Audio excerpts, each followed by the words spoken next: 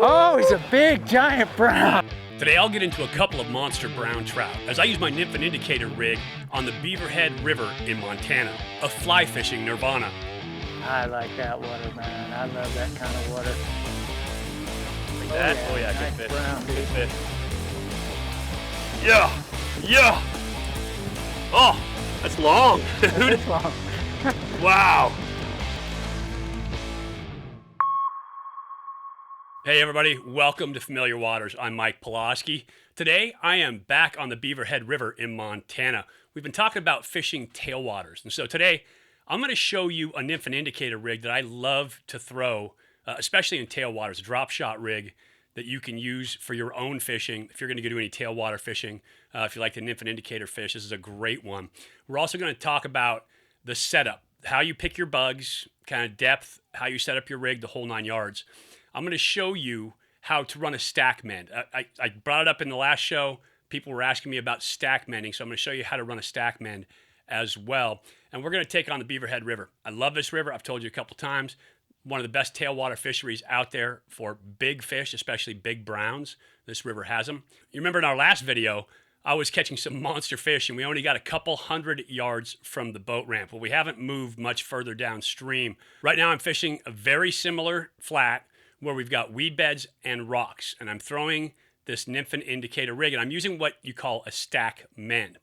When I say a stack mend, what that means is I'm going to cast my line with my split shot 10 to 15 feet above where I want it to hit, because I want to get that shot to the bottom as quickly as possible.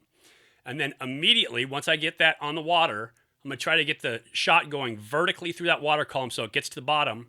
I'm going to lift the line, and I'm going to throw a soft roll cast at the water, just enough to move the indicator upstream from the nymphs, which gets them set down right away. And so make a cast, put it on the water, lift the rod tip, throw a flick roll cast, not hard enough to bring those bugs back out of the water, use the water tension there, but hard enough to get the indicator upstream. It'll get those nymphs dropping to the bottom, and then it'll put that indicator in a downstream position from the nymphs. And what you get is you get a very similar style to Czech nymphing or the European nymphing, where you're moving them just a little bit faster than the current because that indicator is moving them faster. And all I have to do from that point is just keep stacking my line above the indicator. And this is why I like those hinge indicators, is because I can stack that line and keep it above the flies, and then the only drag is on that indicator, which moves the flies just a little bit faster than the regular current, which is perfect for detecting strikes. Before we kick this thing off, don't forget to subscribe, give us a thumbs up, leave us a comment, ask us any questions. We'd love to answer your questions here. You can also ask us a question at the website, fwfishing.com. Right now, let's kick it off on the Beav. It is a gorgeous summer day.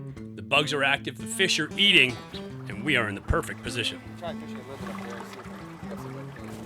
Put you right in the sweet spot, man. All of them are on that. That's it, brother. You ready, bro? You're in it, man. You're just dragging gravel here. Here we are. Here we go.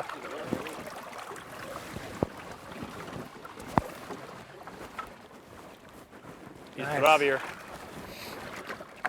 Bringing you down. Bring rod to the left, Mike. Just you and him, brother.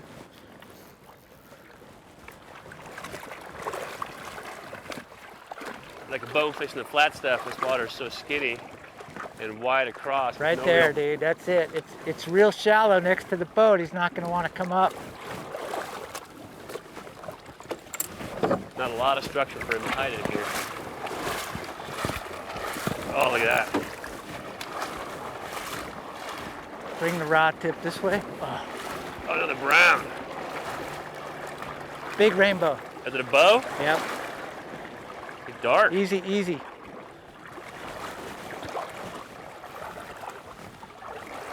Get his head up. Okay. If.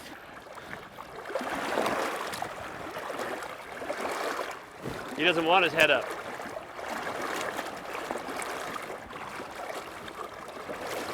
Right now we're still playing his game.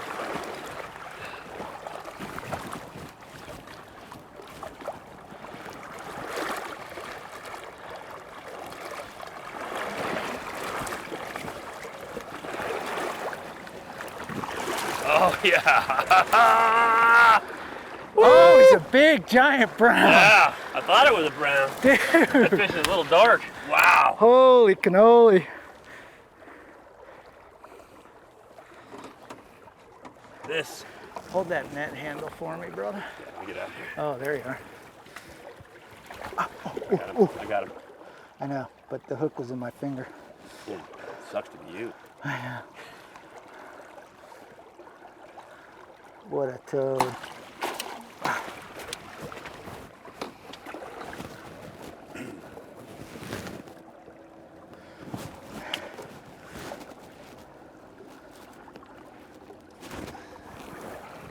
Man, last time I was We catching just broke fish everything.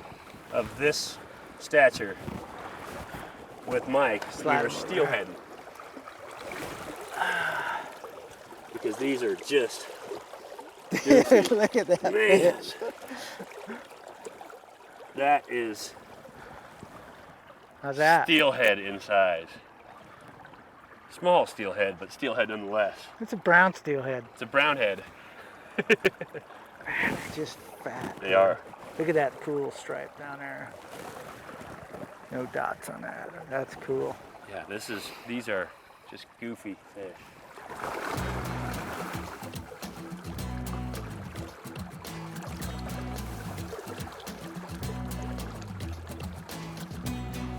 There you go. It's all you, bud. Whatever you want to do this.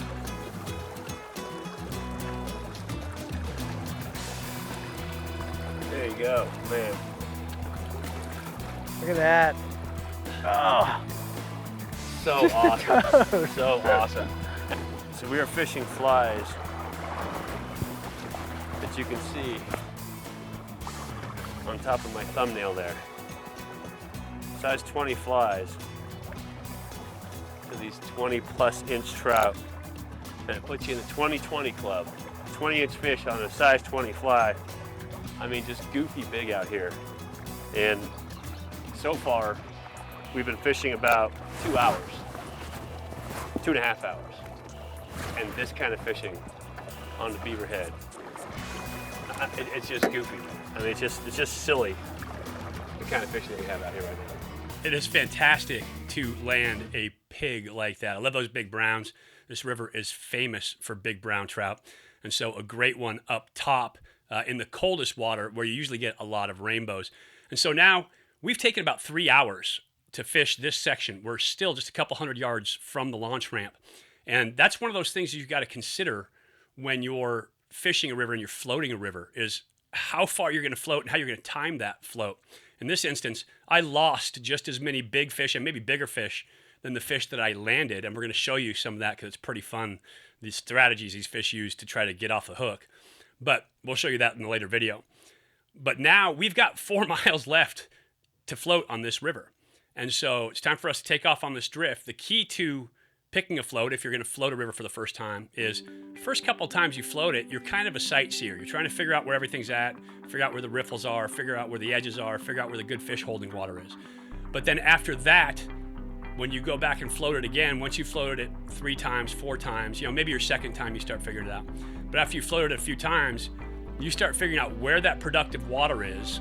You key in on it on that day, and then you focus on those productive spots, and then you kind of move through the other water in between, just probing it in the meantime. But right now we're going to take off. Our key on this river, once we get off these flats, is finding those seams and edges. Remember, trout love to hang on transition. Rock edges, seam edges, depth edges where they drop off. Things like that are where trout are going to be hanging. And so as I cast, moving down the stream, I'm focusing on edges and putting my bugs in front of fish. I like that water, man. I love that kind of water.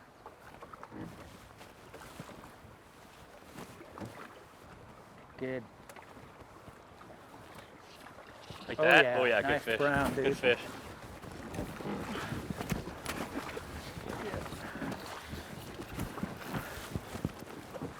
Come out of there. Come on.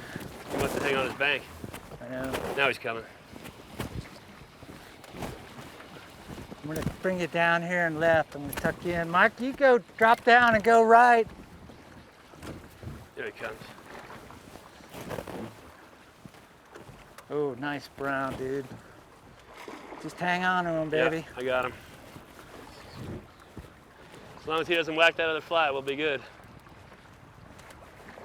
I'm gonna tuck you right in here. Okay. We've landed fish in here before.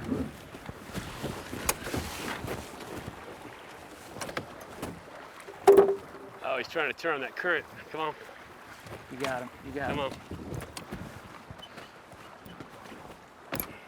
Gabe, I don't know if I need to go in there. I don't think so. I can be able to pull him up there.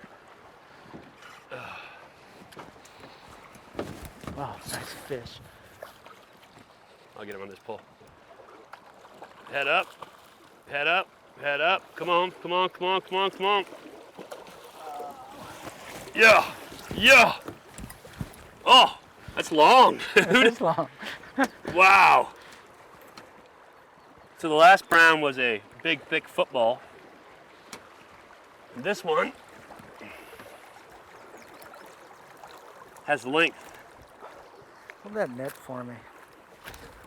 Thanks, dude. Oh, it's like the alligator death roll. There you go, baby. Yeah, that's a long, long fish.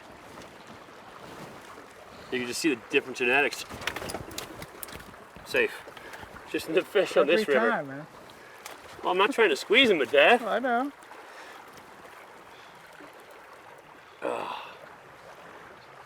Back in here. Nice job. Oh, yeah. Again, pitching that nymph. Essentially what we're doing is a standard nymph and indicator setup. We've got thingamabobber up top. You know, you can use essentially any strike indicator. We're going with white to match the foam because we're fishermen and superstitious like that. And then we've got a 2-nymph rig on droppers. Mike likes them on droppers because it separates it off from the fly line. It's not inline. You don't have line coming out of both sides of the nymph. But weight below, and it's almost like a drop shot rig for bass, where you get your weight on the bottom as it drags, and it suspends these nymphs just off the bottom, and they'll grab it as it comes through. And it's been very effective so far. You know, plenty of big fish on this stuff, and again, using small, tiny flies, and they're eating the heck out of them. Yeah, man. All right, onward and upward. Onward.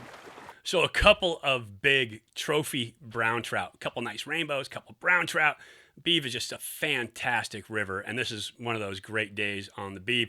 We got a ton more fish that I haven't been able to show you just for timing. I don't want to put together these long, hour-long clips, but we are going to bring you the dry fly. The hatch is just kicking off. We got some PMDs about to start kicking off on this river, and we get after it with dry flies, and there are some really nice fish and some great shots. Oh, I almost slam dunked that one. So you're going to love that coming up in our next video. Don't forget, subscribe, hit that like button down below, leave us a comment, ask us any questions. Want to answer all your questions here. My goal is really, when I was young, I was searching for information, how to get better at fishing. I wanted all the details. I wanted all that info so I could improve at fishing. I was just so passionate about it.